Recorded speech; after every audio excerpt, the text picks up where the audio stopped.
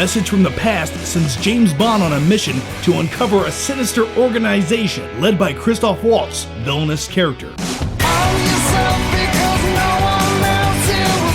I don't care what anyone says, the 2006 Casino Royale theme song was the best by far. That was the only theme song from 007 movies that got me pumped up and made me want to kick some ass. Everything after that just made me feel like drinking wine in a romantic environment. I don't know why, I just felt like I had to share that with you guys. So once again, we have Daniel Craig back as the badass 007 James Bond. Now, I'm a huge fan of the James Bond franchise, and when it comes to the movies, well, they're either hit or miss. And with Sam Mendes directing the last few Bond flicks, I think the overall consensus is the franchise is going in the right direction. Alright, so the film Spectre had a massive budget, and at times you could really feel the scope of this film because they didn't hold anything back. When they went to different locations, they shot it beautifully. The cinematography is almost perfect at times in this film. And one of my favorite scenes in this film is the opening shot. It's a long extended one-take shot where the camera never cuts. It's this big action sequence. It's really cool, very well executed, and that's how you should start out James Bond movies, with a big action sequence. And speaking of action sequences, does this movie give you that? Yeah, definitely, because when you go to see a James Bond movie, that's what you need, that's what you deserve, and that's what it better give you, or you're gonna be let down as a fan. And the other thing a James Bond film should give you is James Bond as a womanizer with some witty one-liners that add levity to the movie. And that levity aspect I'm talking about in this film was one of my favorite things that it had to offer. Now, for example, and please don't consider this a spoiler because it's not, it's literally 3 seconds of the movie that it doesn't matter whatsoever. James Bond's beating up a couple security guards, he beats the one guy's ass, he falls down, the other security guard's looking at him, and James Bond just looks him in the eyes and he says, "Stay." And the guy's just like, okay, and James Bond walks away. It's things like that that really make James Bond movies feel like James Bond movies. Now, the film Spectre's runtime is 2 hours and 20 minutes long, and at times I could really feel that runtime adding up because it almost felt like the plot of this movie, there wasn't much to it. It's something that we've already seen done in other spy espionage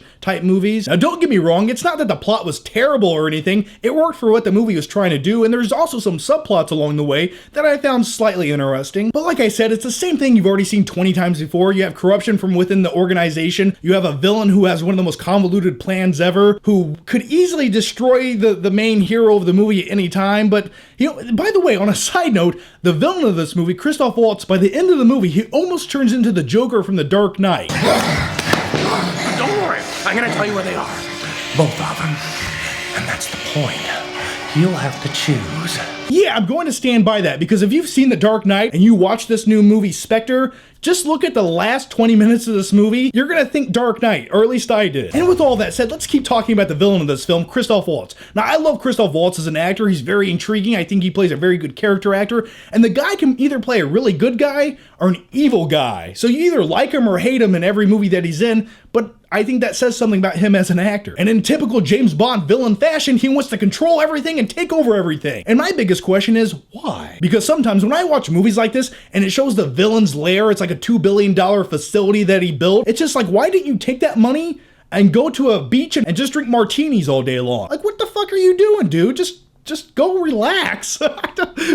I'm just joking around. I understand the concept of a wealthy villain because someone has to pay all those henchmen for James Bond to kill. Now, like I said before, this movie does contain a lot of action sequences. I think overall they're fairly well done and well executed, but for me, I just don't feel like they're going to be that memorable. Like 6 months from now, when I think about really cool action sequences, Spectre's not going to be on the top of my list. You know which movie's going to be on the top of my list still when it comes to James Bond films? Yeah, Casino Royale. When it comes to James Bond films, Casino Royale is my top favorite Bond film of all time. I think Mark Campbell did a phenomenal job with that. It's almost a perfect movie, and it's in my top 10 action films of all time. And as far as all the acting and performances go in Spectre, well, I don't really have any complaints. I really enjoyed it for the most part, and I kind of like Dave Bautista playing the big muscle-bound badass henchman of the film, because that's something that was lacking in the last few James Bond films. James Bond has to have a sub-villain that's a big badass who can go up to battle and fight with. Now, here are my final flicking thoughts on the new 007 film, Spectre. Now, overall, I enjoyed this newest James Bond flick.